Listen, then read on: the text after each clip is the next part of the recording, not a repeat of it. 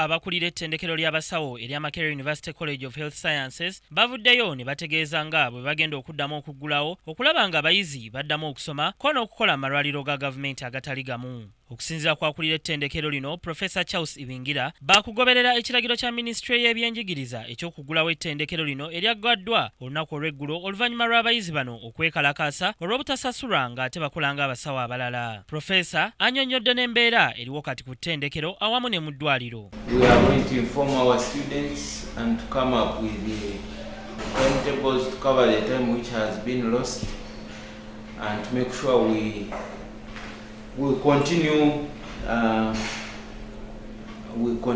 teaching the graduate students as they also continue patient care. Teaching and patient care go hand in hand.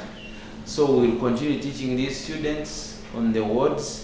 Yo omwogezi w'eddwaliro ly'e Mulago Enoka Kusaasira agamba nti baakoseddwa nnyo olw'okuggala ettendekero lino kubanga omuwendo gw'abayizi abayambako abasawo munene nga kati waliwo eddibu ddene nnyo mu kuwa abalwadde obujjanjabi nga mu waadi y'abagudde ku bubenje ey'abakyala abali obubi n'endala nnyingi. Makati w'eddwaliro ery'e Mulago ne College of Health Sciences at least basaba nti abo abaana abaali basoma masters degrees kuba postgraduate students katubayite postgraduate students baddeyo mu bifo ebimu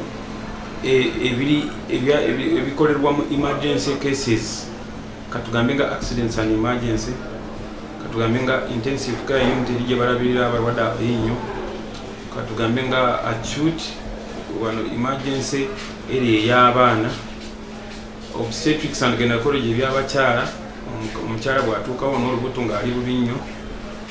So eyo tumaze okuteekayo abantu. Bo abayizi abamu naddala abo abasuubira okutikkirwa mu Gatonnya w'omwaka ogujja balabiddwako nga beesomesa ku lwabwe ng'era ababakulira bategeezezza nga bwe bagenda okukuba olukiiko mwe banaabategeereza bye batuuseeko n'olukiiko olufuzi olw'ettendekero lino. Nti enteeseganya nga zikyagenda mu maaso tuddeyo twogere n'abaana abalala bonna ababadde bayisiza ekiteeso ekyo ky'obutaddayo